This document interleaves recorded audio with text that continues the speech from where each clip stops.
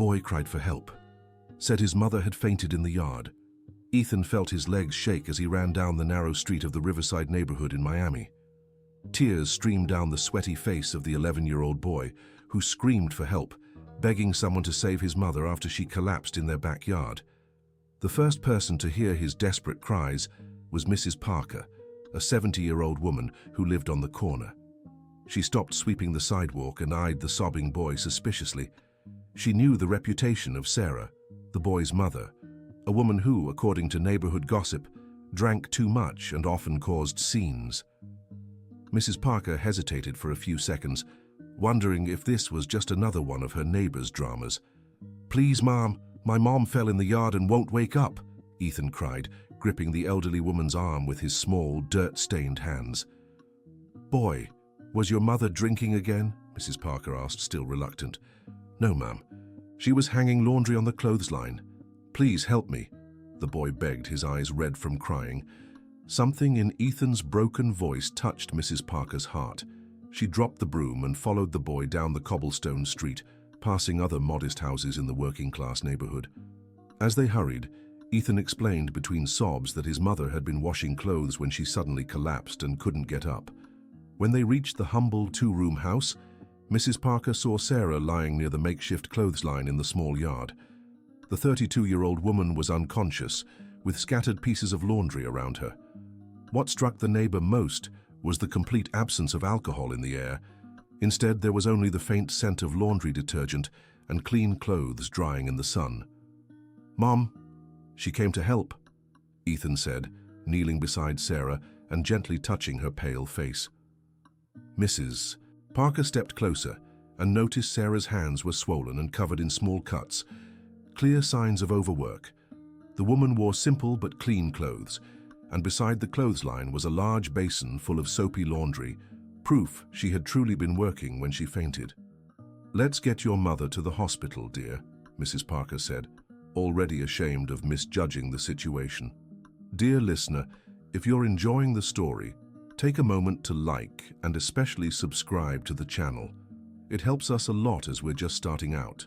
Now continuing, with the help of other neighbors who gathered upon seeing the commotion, they managed to take Sarah to the local public hospital. During the bus ride, Ethan held his mother's hand and whispered words of comfort, trying to wake her. Mrs. Parker watched the boy with a heavy heart, realizing how quick she'd been to judge. At the hospital, the on-duty doctor, Dr. Johnson, quickly examined Sarah and concluded it was just a case of extreme exhaustion. He recommended rest and fluids. However, Nurse Deborah, a seasoned 50-year-old professional with over 2 decades of experience, noticed troubling signs the rushed doctor had missed. "Doctor, may I speak with you privately?" Deborah asked, pulling Dr. Johnson aside. "This woman isn't just tired. Look at her extreme paleness, brittle nails and swollen limbs. She needs further tests," the nurse explained, showing her expertise. Meanwhile, Sarah slowly began to wake. Her eyes fluttered open, and the first thing she did was search for her son. When she saw Ethan by the bedside, she immediately tried to sit up, showing concern that went beyond the ordinary.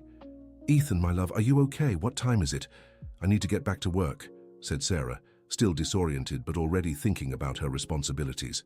"Mom, you fainted. You need to rest," the boy pleaded, gripping his mother's hand tightly. "I can't rest, son. If I miss work today, they'll fire me. And I still need to pick up the laundry from Mrs. Wilson's house to wash," Sarah explained, trying again to get up. That's when the truth began to surface. Ethan, with tears in his eyes, told Mrs. Parker that his mother worked 3 different jobs. In the morning, she cleaned at the neighborhood market. In the afternoon, she took in laundry. And at night, she worked as a janitor at an office downtown. She slept only 3 hours a night and barely ate properly. "Mom, why didn't you tell me you weren't feeling well?" Ethan asked, his voice breaking. Sarah looked away, clearly hiding something. Mrs. Parker sensed the tension in the room and decided to step out to give the family privacy, but she stayed close enough to overhear part of the conversation that followed. "Son, it's nothing serious. I'm just a little tired," Sarah lied, but her shaky voice betrayed that something much worse was going on.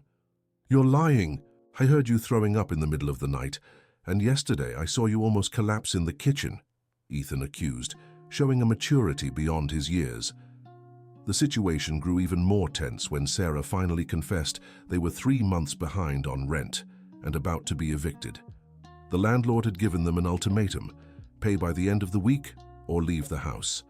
That's why she was working so hard, trying to scrape together the money before it was too late. Nurse Deborah, who had overheard part of the conversation, decided to step in discreetly. She knew the struggles families in the area faced and suspected there was more to this situation than just exhaustion. "Mrs. Sarah, may I ask you a few questions about your health?" Deborah asked gently. "No need, nurse. I'm already feeling better," Sarah replied, trying to sound strong. "Have you been feeling dizzy often? Headaches? Weakness in your legs?" Deborah pressed, watching her reactions closely. Sarah hesitated before answering, but her son's worried expression made her give in slightly.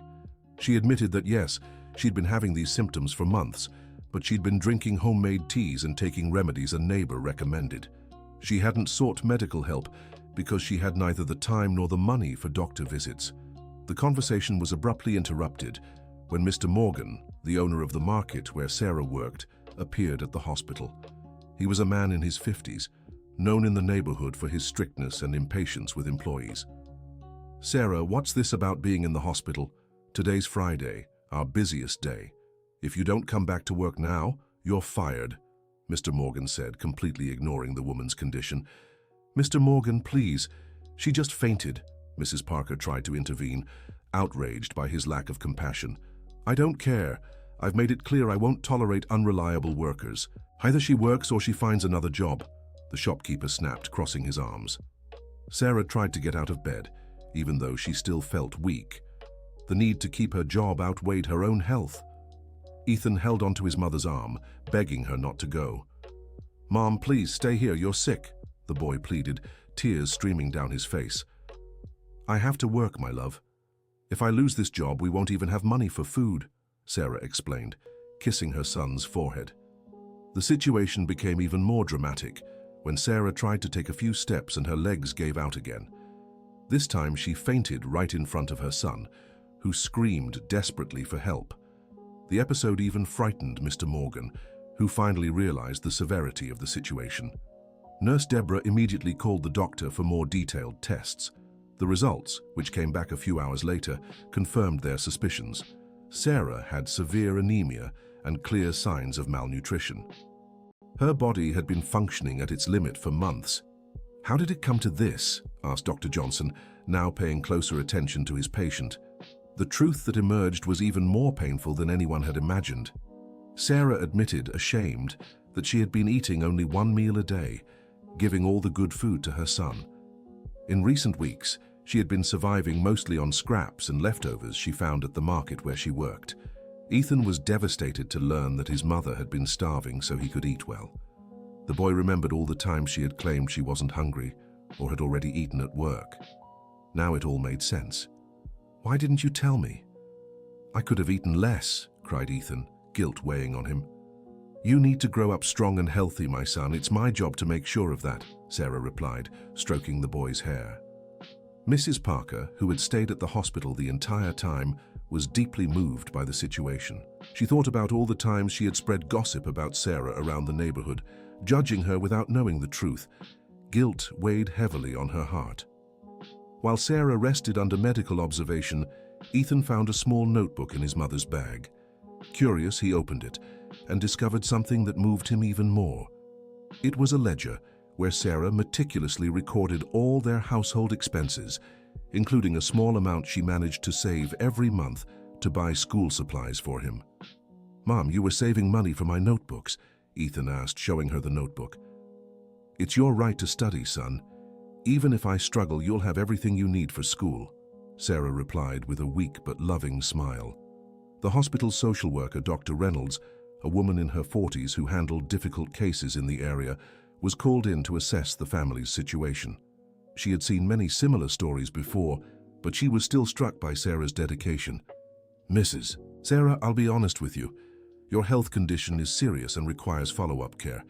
You can't keep working at this pace," Dr. Reynolds explained.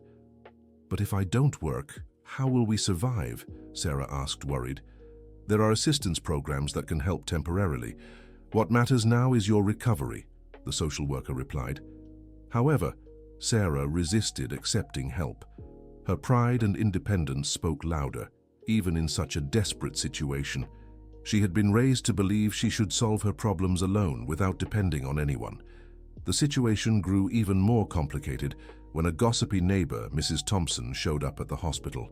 She had spread rumors around the neighborhood that Sarah was faking illness to get help and attention. The malicious comments reached other residents, creating an atmosphere of distrust. "I knew that woman would make something up to avoid working," Mrs. Thompson remarked to other neighbors in the hospital hallway. Ethan overheard the comments and was furious. Even though he was just a child, he couldn't stay silent about the injustice being spoken about his mother. "My mom isn't faking. She works harder than anyone here," the boy shouted, glaring at the older women. "Such a rude boy. Where do children learn to speak to adults like that?" scolded Mrs. Thompson. The argument was heating up when Mrs. Parker decided to step in. She could no longer stay silent in the face of so much injustice and prejudice. "Thompson, do you even know this woman's story? Have you ever stopped to see how hard she works for her son?" Mrs. Parker questioned, surprising everyone with her defense. "Parker, are you defending this good-for-nothing?" Mrs. Thompson shot back, shocked. "I was wrong before, just like you are now. This woman is a fighter, not a good-for-nothing," Mrs. Parker stated firmly. Dear listener, if you're enjoying the story, don't forget to like and especially subscribe to the channel. It helps us a lot as we're just starting out. Now back to the story. The confrontation in the hospital caught the attention of other patients and staff. Nurse Deborah approached and asked them to lower their voices, explaining that it was a place for recovery. But the conflict had exposed something much deeper about the community and its prejudices. Ethan, seeing his mother defended by Mrs. Parker, felt immense gratitude for the neighbor who had initially hesitated to help. He realized that sometimes people can change their minds when they learn the truth. That night, while Sarah slept in the hospital, Ethan stayed by the bed whispering with Mrs. Parker. The boys shared details about their difficult life, revealing things even their closest neighbors didn't know. "Mrs. Parker, my mom always says my dad left because he didn't like us, but sometimes she cries in secret looking at old letters," Ethan confessed. "What letters, dear?" the older woman asked, intrigued. "There's a box under her bed with letters and photos, but she won't let me touch it," the boy explained. Mrs. Parker grew curious. There was something in the family's story that wasn't being fully told. She decided that once Sarah got better, she'd try to talk to her about the past. The next morning, Sarah woke up feeling slightly better but still weak. The medication and fluids had helped, but the doctors made it clear she'd need weeks to fully recover. "Mum, the doctor said you can't work for a while," Ethan said, holding Sarah's hand. "That's impossible, son. If I don't work, we'll starve and get evicted," she replied, worried. It was then that Ethan made a decision that shocked everyone. The 11-year-old announced he'd skip school to work and help support the household. The idea left Sarah frantic. "You are not dropping out of school," pinged. "I'd rather starve than see you without an education," Sarah shouted, finding strength she didn't know she had. "But Mum, how will we survive?" Ethan asked, confused. "That's my problem, not yours. You're a child, not the man of the house," she said firmly. The emotional argument between mother and son drew attention from other patients in the ward. Sarah was visibly upset, and the doctors had to step in to calm her. In the heat of the moment, she finally revealed something she'd kept hidden for years. "Your father didn't abandon us like everyone thinks," Sarah cried through tears. Ethan fell silent immediately. It was the first time he'd heard his mother mention details about his father beyond the vague stories she always told. He had to leave after losing his job at the factory. He was defending his co-workers during a strike and ended up fired along with others. "He couldn't find work here anymore," Sarah explained, finally telling the truth. "Then why didn't he come back? Why doesn't he send money?" Ethan asked, trying to understand. Sarah hesitated for a moment but decided her son was mature enough to know the whole truth. She revealed that his father, Mark, had been regularly sending letters trying to send money, but she always returned them out of pride. "He's in Chicago, working in construction. He always writes saying he wants to come back and help us," Sarah confessed. "And why won't you accept his help?" Ethan asked, incredulous. Because I don't want charity from anyone, not even him. I've always managed on my own and I'll keep it that way, she replied stubbornly. Mrs. Parker, who was present during the conversation, was shocked by the revelation. She realized Sarah was letting her pride hurt not just her own life, but also her son's. Sarah, this isn't charity. It's a father helping his son, Mrs. Parker tried to argue. You don't understand. He left me when I needed him most. I don't need him now, Sarah retorted firmly. Dr. Johnson, who had overheard part of the conversation, decided to step in professionally. He explained that Sarah's emotional state was hindering her physical recovery and that she needed to resolve these unresolved issues. Mrs. Sarah, your health condition is serious. The anemia you have could lead to severe consequences if not treated properly, and that includes reducing emotional stress, the doctor warned. Meanwhile, news about Sarah's situation began spreading through the neighborhood in a different light. Ethan, desperate to help his mother, decided to leave the hospital and go door to door telling the truth about what they were going through. The boy first visited Mr. Jenkins's house, a retired man who had always been kind to him. Ethan told him about his mother's overwork, her illness, and how she had always helped others in the neighborhood without ever asking for anything in return. Mr. Jenkins, do you remember when your wife was sick and my mom brought you food? Ethan asked. Of course I do, son. Your mother is a good person, the elderly man replied, moved. She's sick now and needs help, but she won't accept it. We're about to be evicted, Ethan revealed, tears in his eyes. Mr. Jenkins was touched by the situation and promised to talk to other neighbors to see how they could help. From there, a spontaneous mobilization began in the community. Ethan's next stop was Mrs. Cooper's house, a woman who ran a small grocery store in the neighborhood. She had always been neutral about the gossip surrounding Sarah, but knew her as a hard-working woman. Mrs. Cooper, do you remember when my mom found your wallet on the street and returned it with all the money? Ethan asked. Of course I remember, dear. There were $200 in there, my weekend earnings, Mrs. Cooper replied. My mom could have kept the money. We were struggling. But she chose to return it because she said it was the right thing to do, Ethan explained. Mrs. Cooper grew thoughtful. She remembered the incident perfectly and how grateful she had been for Sarah's honesty. At that moment, she realized she might have misjudged her neighbor. As Ethan continued his mission through the neighborhood, something unexpected happened at the hospital. Mr. Davis, the owner of the laundromat where Sarah did some extra work, showed up demanding uniforms that had gone missing. Nurse, where's Sarah? She disappeared with 3 uniforms from my laundromat and I want my money back, Mr. Davis said angrily. She's hospitalized, sir. She's very ill, Nurse Deborah explained. I don't care. I want my uniforms or I'll sue her for theft, he threatened. Mrs. Parker, who was present, was outraged by the accusation. She had known Sarah for years and knew she would never steal anything. What's this nonsense about theft? Sarah is an honest woman, Mrs. Parker defended her. Then explain where my uniforms are, demanded Mr. Davis. The argument was heating up when Ethan returned to the hospital. Upon hearing the accusations against his mother, the boy grew frantic, but then he remembered something important. Mr. Davis, are the uniforms you're talking about blue? Asked Ethan.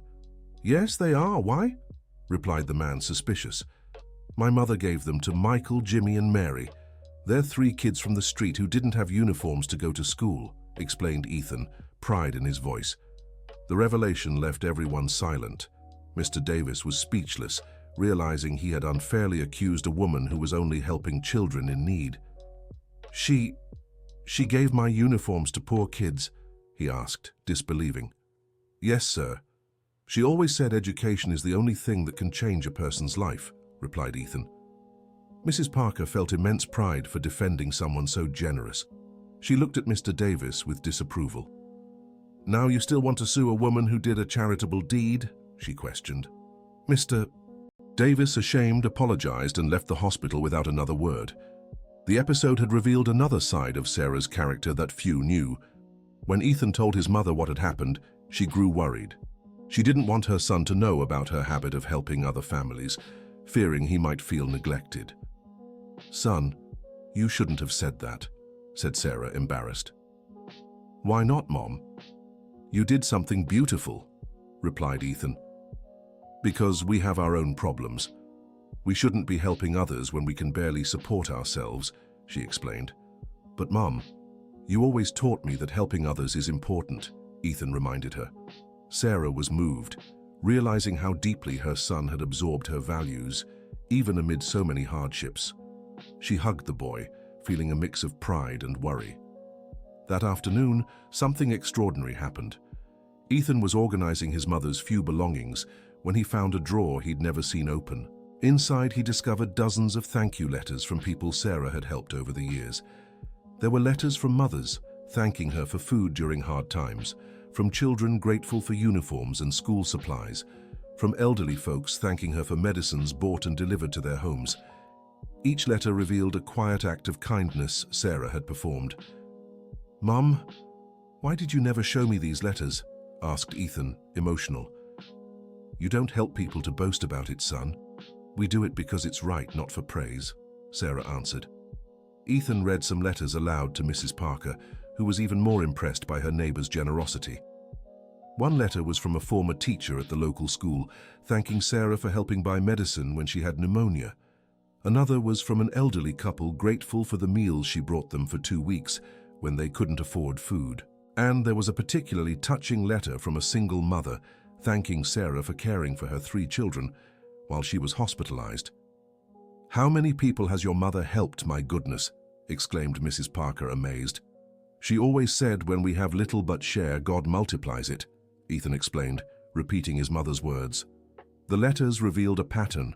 Sarah always helped others, even when she herself was struggling. It was as if she couldn't bear to see suffering without trying to ease it. Dear listener, if you're enjoying the story, please take a moment to like and especially subscribe to the channel. It helps us a lot as we're just starting out. Now, continuing. Meanwhile, in the neighborhood, the mobilization started by Ethan was gaining momentum. Mr. Jenkins had spoken with several neighbors, sharing the true situation about Sarah and reminding them of all the times she had helped people in the community. Mrs. Cooper closed her grocery store early and went door to door, organizing a meeting to discuss how they could help the family. She was determined to repay the honesty Sarah had shown when she returned her lost wallet. The meeting took place at Mr. Jenkins' house, and more than 15 residents showed up. To many people's surprise, those who had previously criticized Sarah were now present and eager to help. "Folks, I was unfair to Sarah for a long time," admitted Mrs. Thompson, the same woman who had spread rumors at the hospital. "It's good you recognize that, Mrs. Thompson," replied Mr. Jenkins. "I remembered when my granddaughter had a high fever in the middle of the night. Sarah offered to go with me to the hospital, even though she had to work the next day," Mrs. Thompson continued. The stories began pouring in one after another. Everyone present had a memory of some kind gesture from Sarah. Mrs. Carter recalled when Sarah helped care for her elderly mother, Mr. Jones shared how Sarah had lent him money for medicine, even though she knew he'd take a while to pay her back. "The question isn't whether she deserves help. She obviously does," said Mrs. Cooper. "The question is how we help someone so proud she won't accept charity. It has to be done in a way that doesn't make her feel humiliated," suggested Mr. Jenkins. "What if we set up a community fund? Say it's to help families in the neighborhood in general," proposed Mrs. Carter. The idea was well received, but they still needed to figure out how to convince Sarah to accept the help. They knew she was stubborn and too independent to agree easily.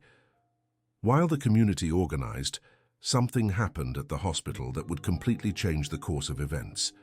An elegant woman, around 60 years old, appeared asking for Sarah. She introduced herself as Elizabeth Hartman, owner of a small cleaning business. "Nurse, I'm looking for an employee who worked for me 5 years ago. Sarah Smith," the woman said to Deborah. "She's hospitalized. May I ask the reason for your visit?" the nurse questioned. "It's about something that happened when she worked for me. I need to speak with her urgently," Elizabeth explained. Mrs. Hartman was directed to the room where Sarah was resting. When she saw the elegant woman approaching, Sarah grew worried, thinking there might be some unresolved issue from her time working at the company. "Mrs. Hartman, what are you doing here?" Sarah asked, trying to sit up in bed. "Sarah, I finally found you. I've been looking for 5 years," Elizabeth said, visibly emotional. "Looking for me? Why?" Sarah asked, confused. Elizabeth then told a story that left everyone in the room speechless. She explained that 5 years ago, when Sarah was cleaning her office, something extraordinary had happened. "Do you remember the day you found a folder with documents and money on my desk?" Elizabeth asked. "Yes, I do. You were traveling and I put everything in the safe like I always did," Sarah replied, not understanding where this was going. "Sarah, inside that folder was $15,000 in cash. It was the company's entire weekly earnings," Elizabeth revealed. Sarah turned pale. She remembered the incident but never knew there had been so much money in the folder. At the time, she had simply put everything in the safe without counting it. "But Mrs. Hartman, I always did that with important documents," Sarah said, still confused. "What you don't know is that one of my employees had stolen that money and left the folder in plain sight so you would be accused of the theft," explained Elizabeth, tears in her eyes. The revelation shocked everyone. Ethan held his mother's hand, sensing the gravity of the situation. Mrs. Parker was stunned by the twist in the story. "How is that possible, Mrs. Hartman?" asked Sarah, incredulous. "My financial manager, Richard, had been embezzling money for months. When I uncovered the scheme, he tried to pin the blame on you. He said he was certain you had taken the money," Elizabeth continued. "And you believed him?" Sarah questioned, feeling betrayed. "At first, yes, I was confused because you were new to the company and Richard had worked with me for years," Elizabeth admitted, ashamed. "Then why are you here now?" Ethan asked, shielding his mother. Elizabeth explained that months later she discovered Richard had forged documents and stolen far more money from the company. When he was arrested, he confessed to framing Sarah. From that moment on, Elizabeth had searched tirelessly to find Sarah and apologize. "Sarah, you saved my company and my reputation. If not for your honesty, I would have lost everything," Elizabeth said, emotional. "But I only did what was right," Sarah replied humbly. "That's exactly why I'm here. I want to repay your honesty and ask for your forgiveness for doubting you," Elizabeth explained. The businesswoman then revealed she had brought a job offer for Sarah, a position at her new company with fixed hours, benefits, and a fair wage that would allow her to take better care of her health. "Mrs. Hartman, I'm grateful, but I can't accept charity," Sarah said, holding on to her pride. "This isn't charity, Sarah. It's recognition for what you did, and a chance for honest work," Elizabeth insisted. Ethan looked at his mother pleadingly. He knew this was the opportunity they needed, but he also knew Sarah's stubborn nature. "Mom, please accept it. You deserve this chance," Ethan begged. Sarah was torn between her pride and their real need. Mrs. Parker, who had witnessed the entire conversation, decided to step in. "Sarah, sometimes God uses others to help us. Maybe this is the answer to your prayers," the older woman said wisely. But before Sarah could decide, the situation grew complicated again. Their landlord, Mr. Peterson, appeared at the hospital with an eviction notice in hand. "Sarah, you have until tomorrow to vacate the house. I've warned you repeatedly about the late rent," he said, showing no compassion. "Mr. Peterson, please, just a few more days. I already have a job offer," Sarah pleaded. "I don't care. I want the house empty by tomorrow, or I'll involve the authorities," the man threatened. Ethan began to cry, realizing that even with the job offer, they'd have nowhere to live. The situation seemed hopeless. Elizabeth, who had watched the whole scene, was outraged by the landlord's lack of humanity. She stepped in with a surprising move. "How much does Sarah owe in rent?" Elizabeth asked, turning to Mr. Peterson. 3 months, $900, he replied suspiciously. "I'll pay it now, and I want her to stay in the house for at least 6 more months, Elizabeth said, taking the money from her purse. Sarah was desperate. She didn't want to accept the help, but she couldn't leave her son homeless. The internal struggle was clear on her face. "Mrs. Hartman, I can't accept this," Sarah said, tears in her eyes. "Yes, you can. Consider it an advance on your salary," Elizabeth replied, handing the money to Mr. Peterson. The owner took the money and left without another word, clearly embarrassed by the situation. Sarah broke down in tears, feeling a mix of gratitude and humiliation. It was in this moment of extreme vulnerability that Sarah finally opened up completely. She told Elizabeth about the 3 jobs, about going hungry to feed her son, about returning her ex-husband's letters out of pride. "Sarah, you need to learn to accept help. It doesn't make you any less of a person," Elizabeth said with motherly affection. "It's so hard. I've always managed on my own," Sarah confessed. "But you're not alone now.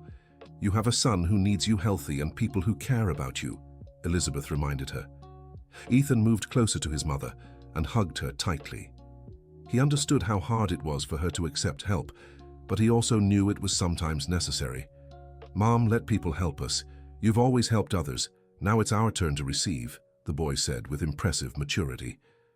Her son's words touched Sarah deeply. She realized she had been selfish in refusing help because it didn't just affect her. It also impacted Ethan's well-being. That night, as Sarah finally rested peacefully, knowing they had a home and a job prospect, Ethan talked at length with Mrs. Parker about everything that had happened. "Mrs. Parker, why do people judge so much without knowing the truth?" the boy asked. "Because it's easier to judge than to try to understand, my dear. But what matters is that there's always a chance to change your mind when the truth comes out," the elderly woman replied. "You changed your mind about my mom," Ethan observed. "I did, and I deeply regret thinking poorly of her.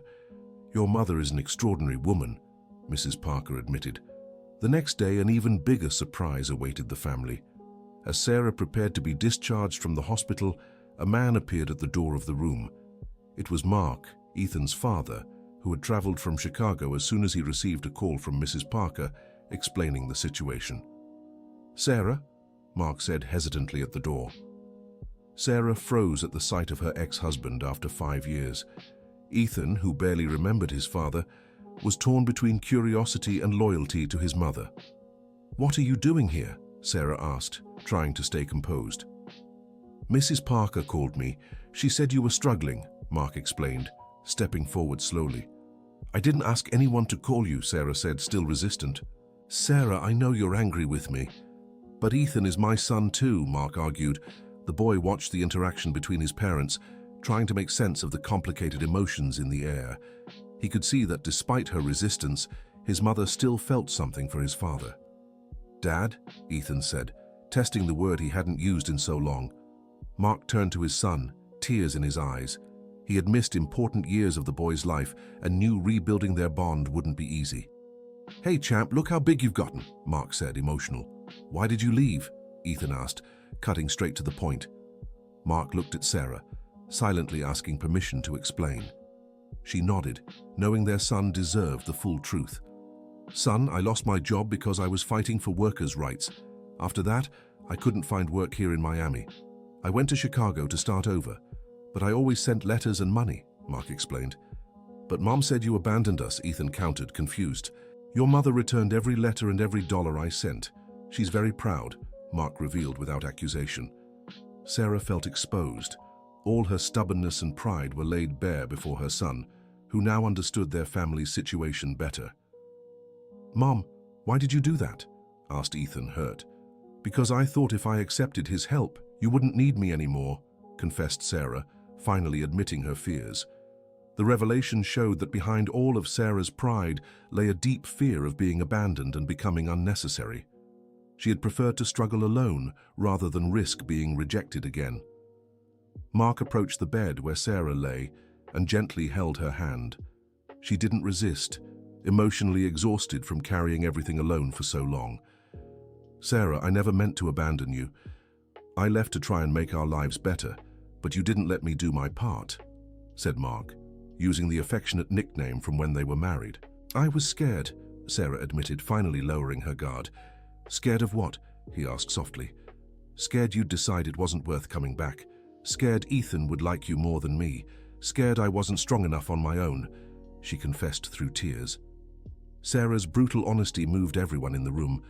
Mrs. Parker cried silently, recognizing the fears many women carry. Elizabeth watched the scene, remembering her own past struggles. Ethan stepped closer to his parents and held both their hands. Even as a child, he understood this was a crucial moment for the family. "I love you both. I don't want you to stay apart because of pride," the boy said with wisdom that impressed everyone. Mark explained he'd secured a steady job at a construction company in Chicago and earned enough to support the family properly. He proposed they all move there for a fresh start. "But what about the job Mrs. Hartman offered?" Sarah asked, torn. Elizabeth, who'd listened to the whole conversation, surprised everyone with an unexpected offer. "Sarah, I have an office in Chicago too. I can transfer the job offer there," the businesswoman said. The solution seemed perfect, but Sarah still had doubts. She looked at Mrs. Parker, who'd become a mother figure to her during those difficult days. "And what about you, Mrs. Parker?" "I'll miss you," Sarah said. "My dear, you need to live your life. I'll always be here rooting for you," the elderly woman replied emotionally. The final decision was left to Ethan. Mark and Sarah wanted him to choose whether to stay in Miami with the life he knew or try a new beginning in Chicago with the family reunited. "I want us to stay together, no matter where," Ethan said without hesitation. The boy's answer sealed the family's fate. They would start anew in Chicago, but not before some important arrangements were made. Over the next few days, as Sarah finished her recovery, the neighborhood threw a farewell party. What had begun as a community effort to help the family became a celebration of the positive impact Sarah had on so many lives. Mrs. Cooper prepared a table full of traditional Miami dishes. Mr. Jenkins organized a slideshow of special moments in the community, many featuring Sarah helping neighbors. Even Mrs. Thompson, who had once spread gossip, gave a speech publicly apologizing. "Sarah, I was very unfair to you all these years. You've always been an example of a hard-working woman and devoted mother," Mrs. Thompson said in front of everyone. The party revealed how loved and respected Sarah was by people she never imagined noticed her. Stories of her kindness and generosity were shared by neighbors of all ages. One of the most touching came from Mrs. Williams, an 80-year-old widow who lived alone. She revealed that Sarah would stop by her house every day to check if she was okay, bringing medicine and keeping her company when needed. "If it weren't for Sarah, I'd feel completely abandoned in this world," said Mrs. Cooper, moved. Ethan felt proud, discovering so many aspects of his mother's kindness that he hadn't known about. He realized she had been like a guardian angel for many people in the neighborhood. Mark, watching the celebration and listening to the stories, felt even more in love with the woman he had married years ago. He saw that despite financial struggles, Sarah had raised a wonderful son and become an even better person. "Sarah, I'm so proud of you," Mark whispered in her ear during the party. "Thank you for coming back," Sarah replied, finally accepting that she needed him just as much as he needed her. The celebration also gave Elizabeth Hartman a chance to get to know the community better and inspired her to create a support program for struggling families through her company. She realized there was so much talent and dignity hidden in places few people looked. Mr. Davis, the owner of the laundromat who had once accused Sarah of theft, showed up at the party with 3 new uniforms to donate to the neighborhood children. It was his way of apologizing and honoring Sarah's generous gesture. "I want other kids to go to school dressed well, just like Sarah always wanted," said Mr. Davis, handing the uniforms to Mrs. Wilson to distribute. By the end of the party, the community had gathered for a special surprise. They had organized a collection and raised enough money to help other families in the neighborhood facing hardships like those Sarah had endured. "Sarah, you taught all of us that helping others is the most important thing in life. Now we want to carry on your example," said Mr. Jenkins, presenting the community fund.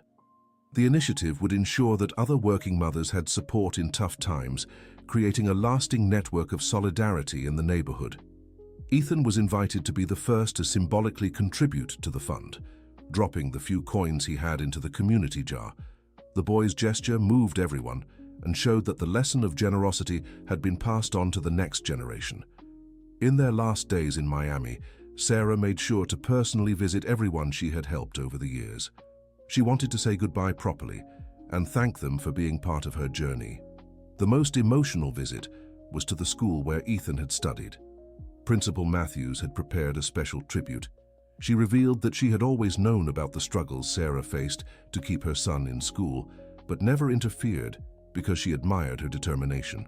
"Sarah, you're proof that a devoted mother can overcome any obstacle," said Principal Matthews, presenting her with an honorary diploma. Ethan was moved seeing his mother publicly recognized for her efforts. He had always known she was special, but now he saw that others recognized it too. The school also prepared a letter of recommendation for Ethan to take to his new school in Chicago, highlighting not just his academic performance, but also the values he had learned at home. On the day of their departure, the bus station was full of neighbors who had come to say goodbye. Mrs. Parker, who had become like a mother to Sarah, quietly cried as she helped organize their luggage. "Mrs. Parker, how can I ever thank you for everything you've done for us?" Sarah asked, hugging the older woman. "You don't need to thank me, dear. You taught me it's never too late to change our prejudices and open our hearts," Mrs. Parker replied. Mark watched the farewell, deeply moved.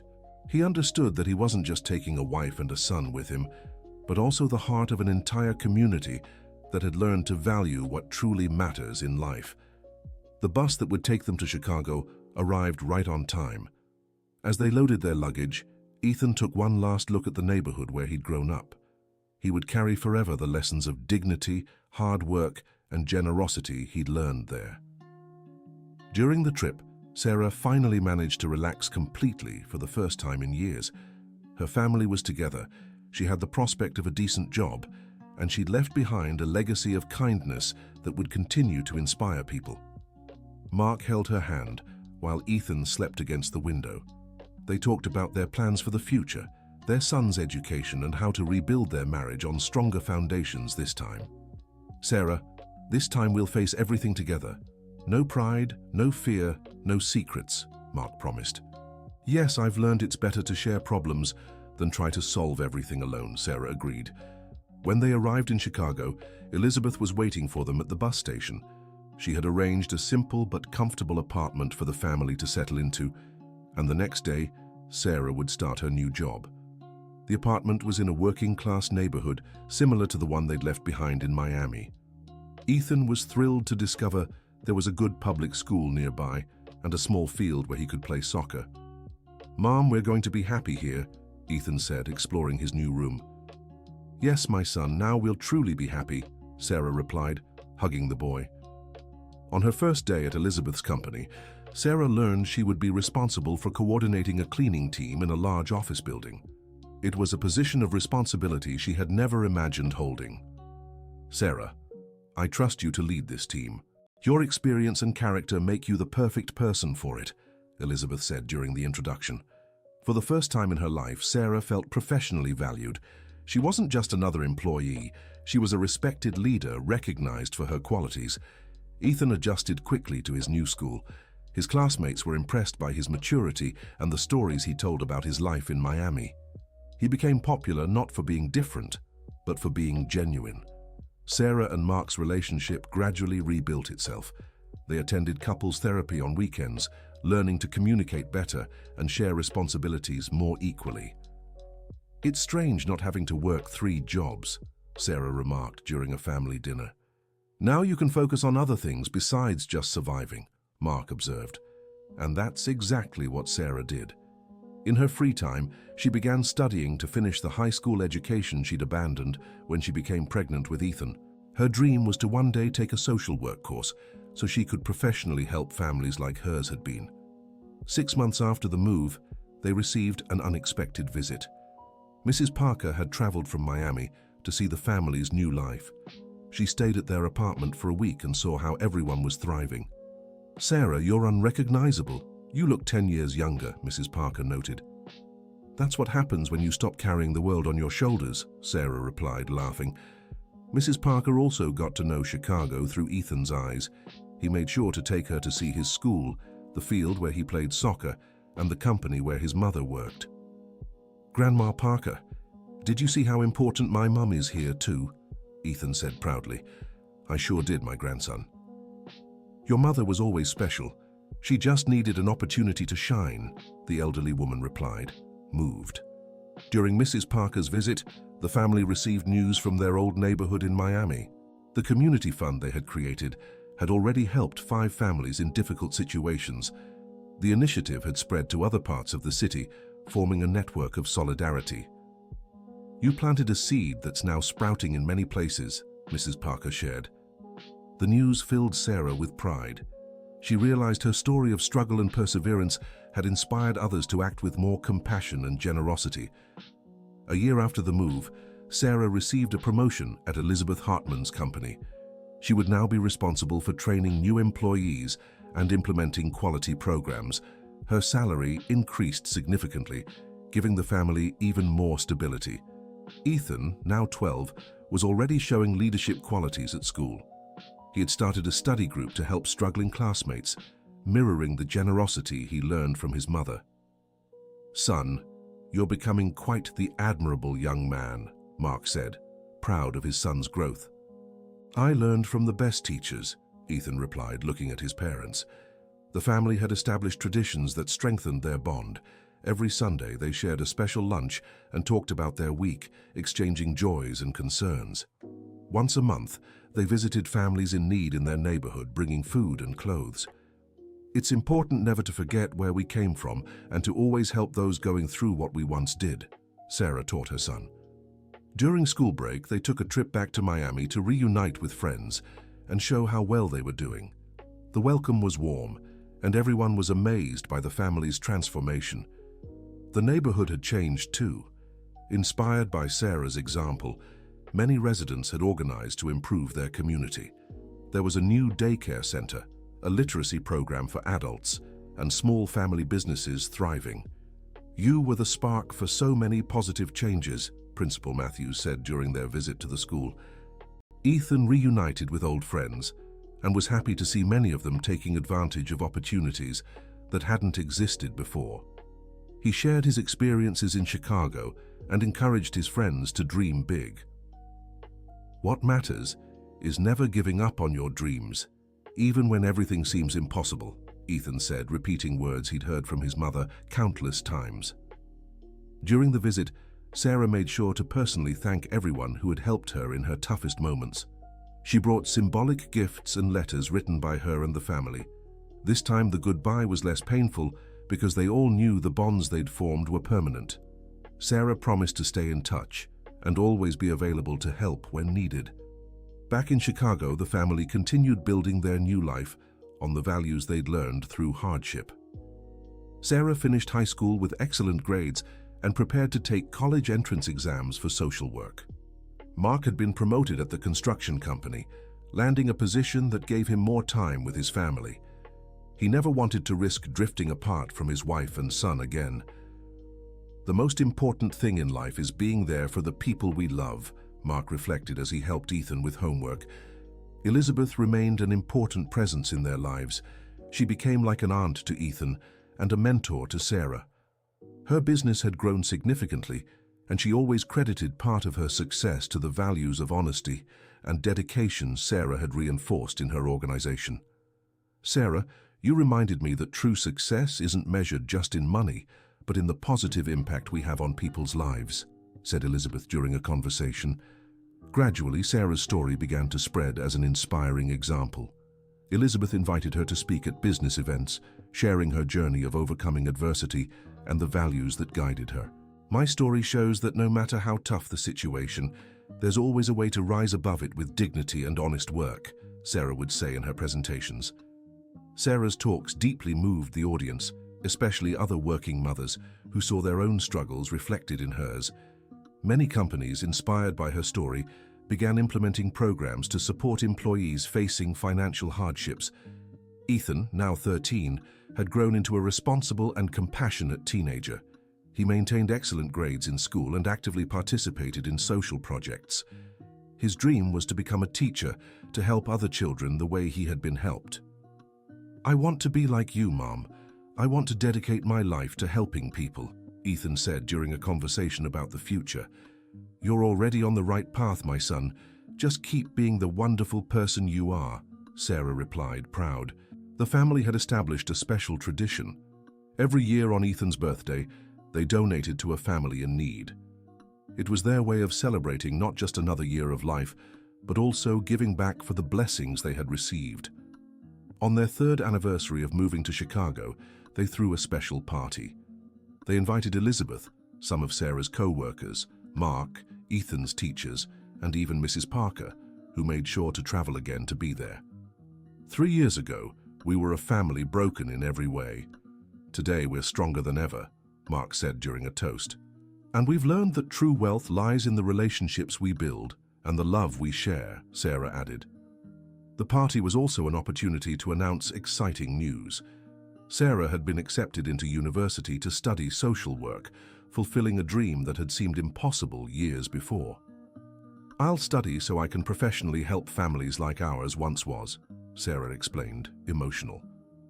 Ethan had been selected for a student exchange program, giving him the chance to explore other countries and cultures, an opportunity he never would have had if they'd still been struggling in Miami.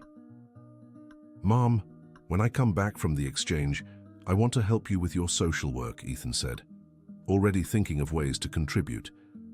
Mark announced he'd been asked to supervise a new construction project, a significant promotion that would further strengthen the family's financial stability. The positive changes kept coming, as if the universe was rewarding them for their perseverance and kindness through the hard years. Elizabeth took the opportunity to announce she was creating a foundation to support working mothers in vulnerable situations. She invited Sarah to be one of the project coordinators after she finished college.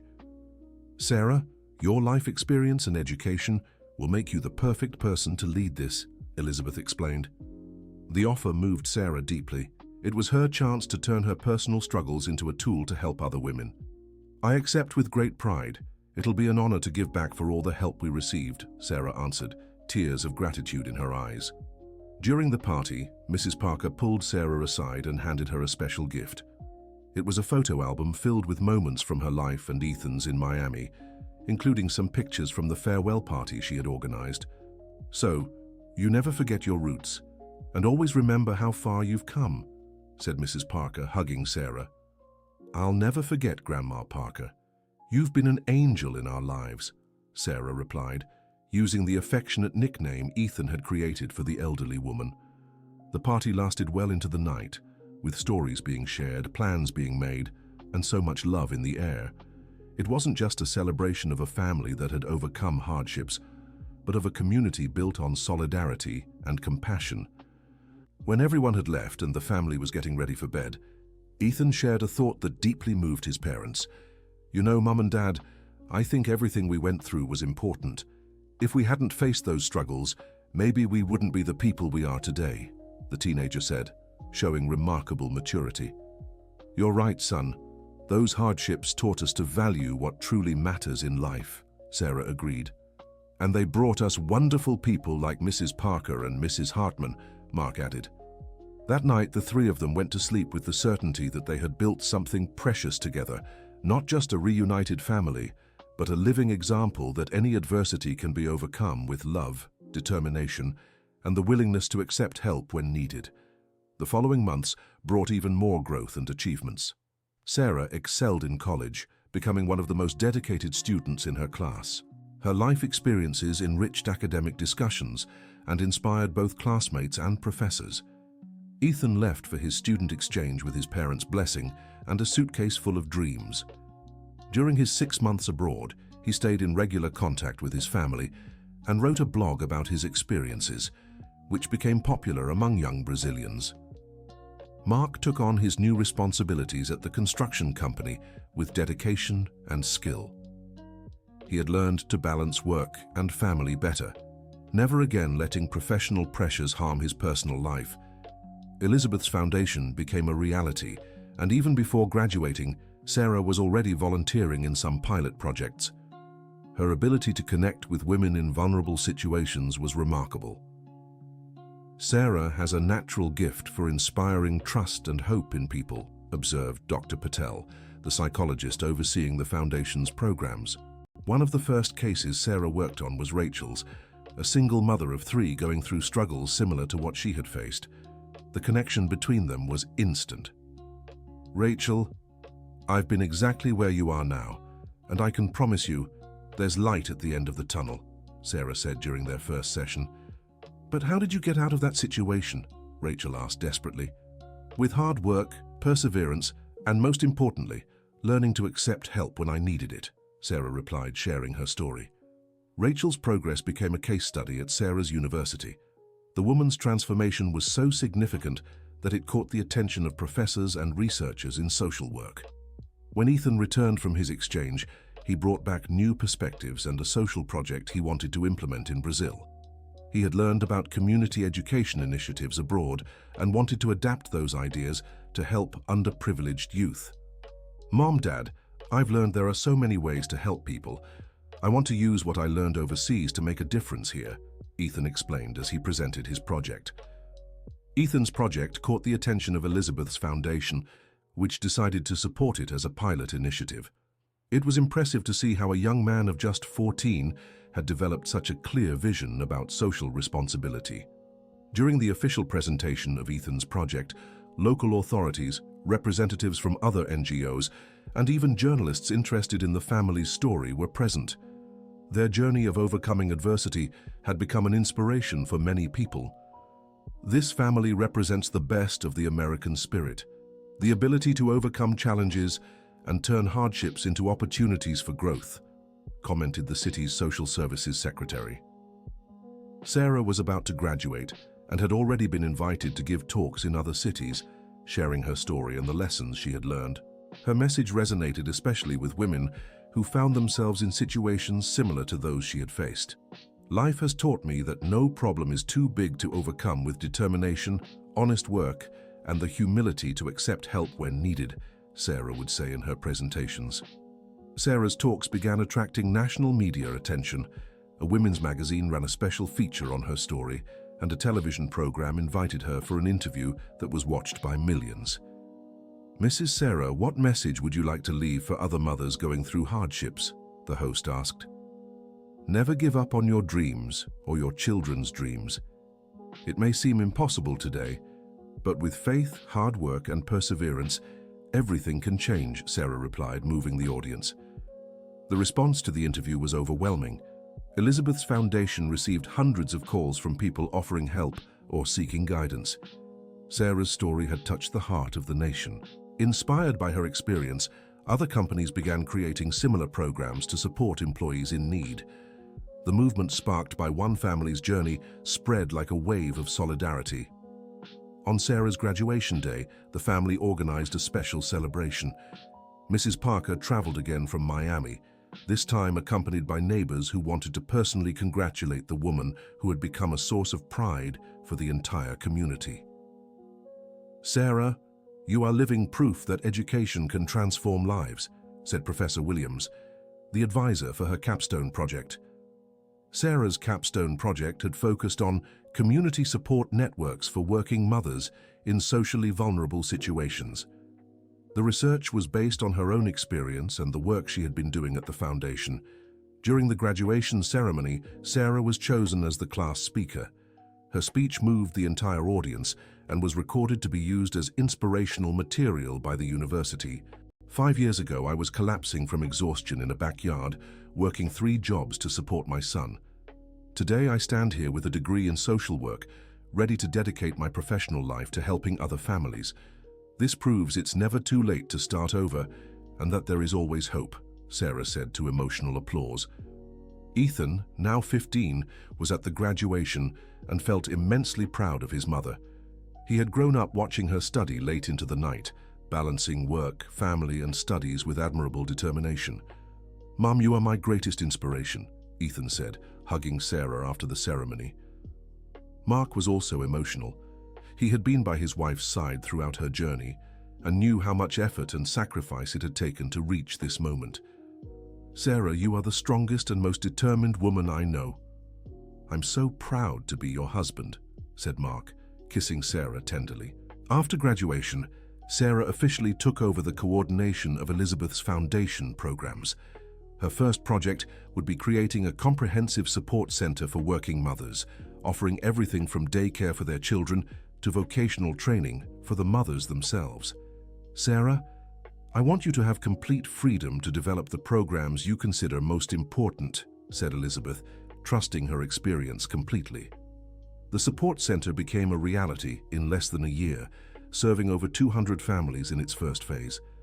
The model Sarah developed was so effective that it began to be replicated in other cities. Ethan, inspired by his mother's work, decided he wanted to study pedagogy to specialize in social education. His exchange project had evolved into a youth-led NGO offering tutoring and cultural activities for children in underserved communities. "Son, I'm impressed by your maturity and sense of social responsibility," said Sarah, supporting her son's projects. The family had found their purpose, using their own experiences of overcoming hardship to help others in similar situations. It was as if all the struggles they had faced were preparation for the work they were doing now. On the 5th anniversary of their move to Chicago, they organized a special event to celebrate not just their journey, but also the impact they had made on others' lives. The gathering brought together all the families who had been helped by the Foundation's programs. 5 years ago, we were just a desperate family asking for help. Today, we're a network of hope spreading across the country, Mark said during the event. Rachel, the first woman Sarah had helped through the Foundation, was there with her 3 children, all now in school with much brighter futures. She had become an administrative assistant at the Foundation itself. "Mrs. Sarah, you saved our family. I don't know where we'd be today without your help," Rachel said tearfully. "Rachel, you saved yourself. I just showed you the way," Sarah replied humbly. The event also marked the launch of a book Sarah had written about her experience.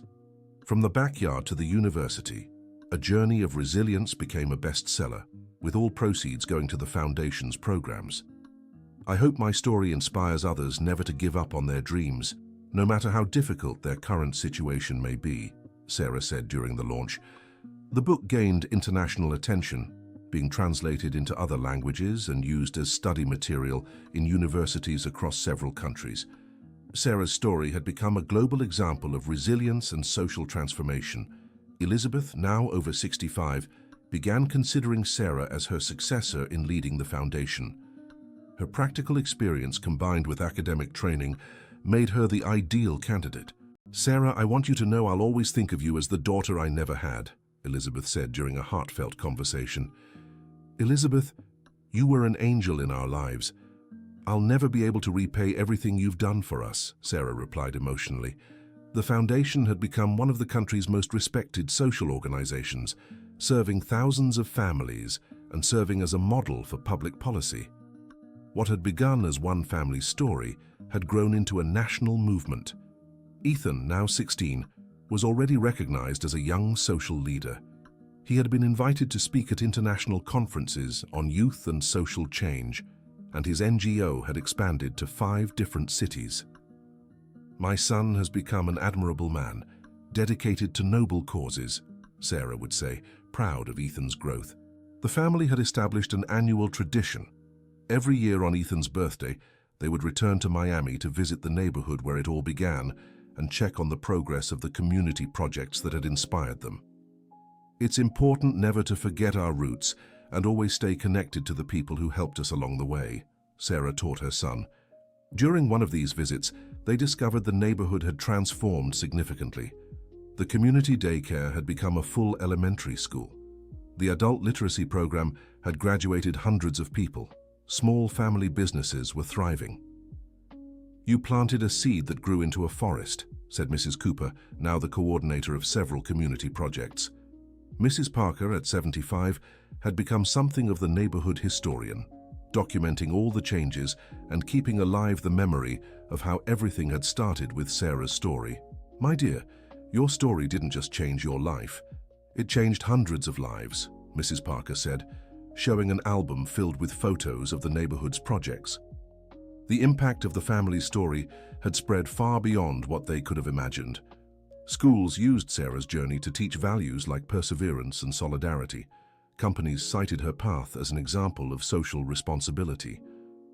"I never imagined our personal struggle could inspire so many people," Sarah reflected, amazed by the ripple effect. When Ethan turned 18, the family organized a special celebration that also served as the launch of his new initiative, a community college offering free courses for underprivileged youth. "I want other young people to have the same opportunities I had, no matter their background," Ethan explained as he presented the project. The college received support from various institutions and businesses inspired by the family's story. It was the realization of a dream that had once seemed impossible. Sarah had been appointed executive director of Elizabeth's Foundation, which now operated in 10 US states and had inspired similar organizations across Latin America. Sarah has become an internationally recognized social leader, Elizabeth said during the inauguration ceremony.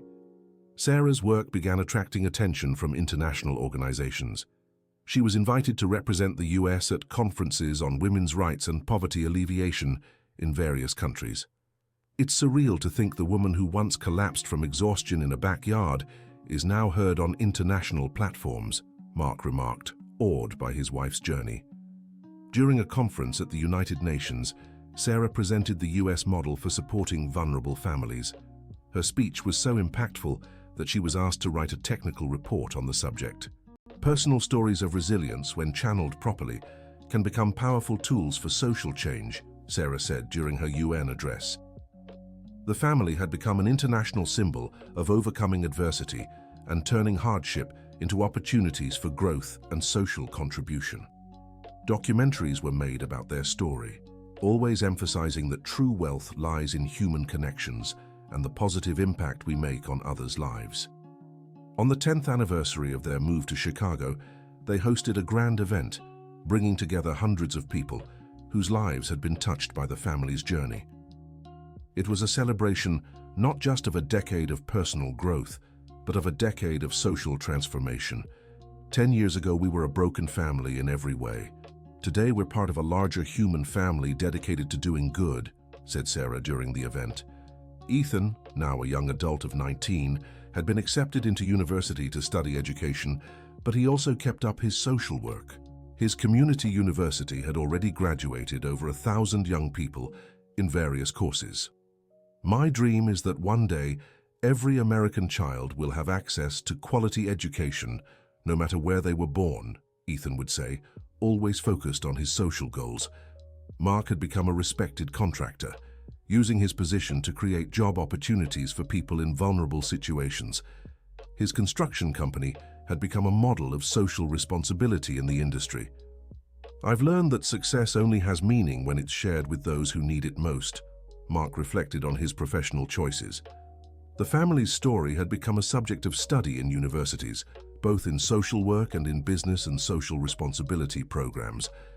Researchers analyzed how a personal experience of overcoming adversity had turned into a movement for social change. The Smith family's case is exemplary for understanding how social capital can be built from individual resilience, explained Dr. Franklin, a university professor studying the phenomenon. Elizabeth, now retired but still active as a foundation advisor, watched with pride as her decision to help Sarah had multiplied into benefits for thousands of people. When I met Sarah at the hospital, I knew she was special, but I never imagined her story would touch so many lives, Elizabeth remarked during an interview.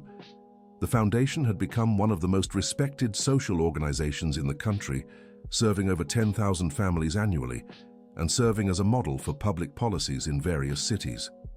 Sarah had received numerous awards and recognitions, both national and international, for her contributions to social development, but she always made sure to share these honors with everyone who had helped her along the way. No achievement is individual. Everything we've accomplished is thanks to the network of generous people we've met on this journey, Sarah said, ever humble. The family's story had inspired the creation of specific public policies to support working mothers in several US states. The model Sarah developed at the foundation had been adapted for implementation by the government.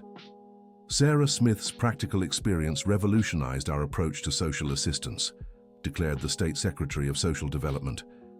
When Ethan turned 20, the family decided to create a documentary about their journey, not to promote themselves, but to inspire others facing similar hardships. We want to show that there's always hope, even in the darkest moments, explained Ethan, who participated in the documentary's production. The film, From the Backyard to Transformation, was broadcast on television channels, universities, and social organizations across the country. The impact was so great that it was dubbed into other languages and distributed internationally, End of story. Now tell us what you thought of this story of resilience and where you're watching from. Do you believe Sarah made the right decisions throughout her journey? Share your honest thoughts in the comments. We're so happy to share stories that touch the heart and show that it's always possible to start over, no matter how tough the situation. Thank you for joining us. Don't forget to leave your like and, most importantly, subscribe to the channel so you don't miss other heartwarming stories like this one.